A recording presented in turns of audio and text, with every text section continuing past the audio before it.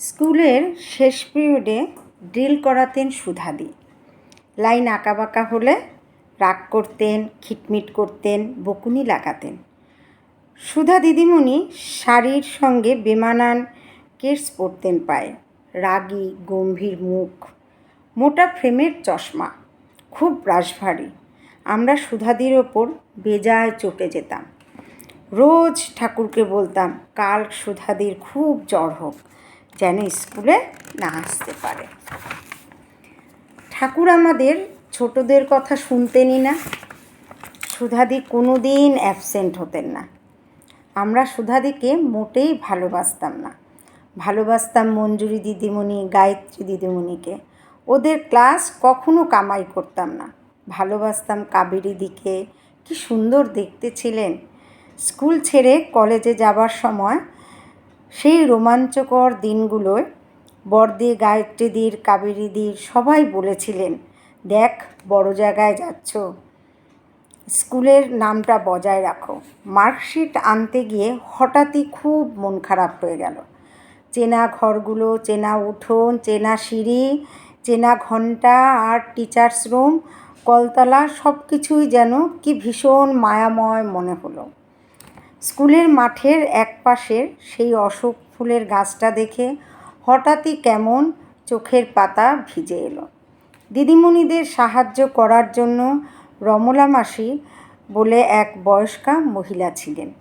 ওই স্কুলের সর্বকার্যে বিশারদ। শেষবেলায় সেই রমলা মাসিকে দেখেও কেমন যেন স্বজন হারানোর কষ্ট গুমড়ে উঠল বুক।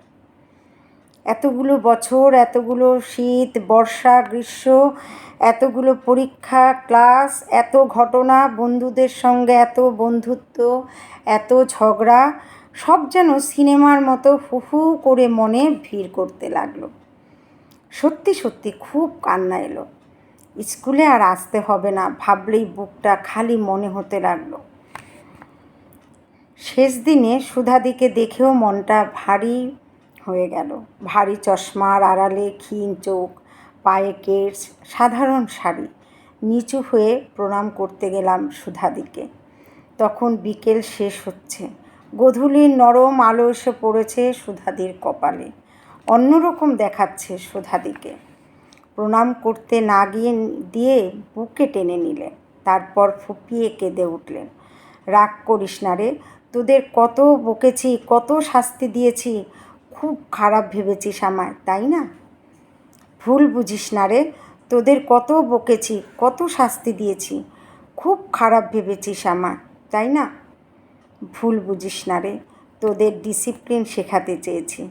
যদি শিখে থাকিস ভবিষ্যতে তোদেরই ভালো হবে। জীবনে শৃঙ্খলা না থাকলে কিছু হয় না রে, কিচ্ছু না। আমার ছেলেটাকেই দেখ না, না লেখাপড়া করলো, না আমার কথা ভাবলো। আমার কাছে যতকাল ছিল চিৎকার চেঁচামেচি, কি অশান্তি।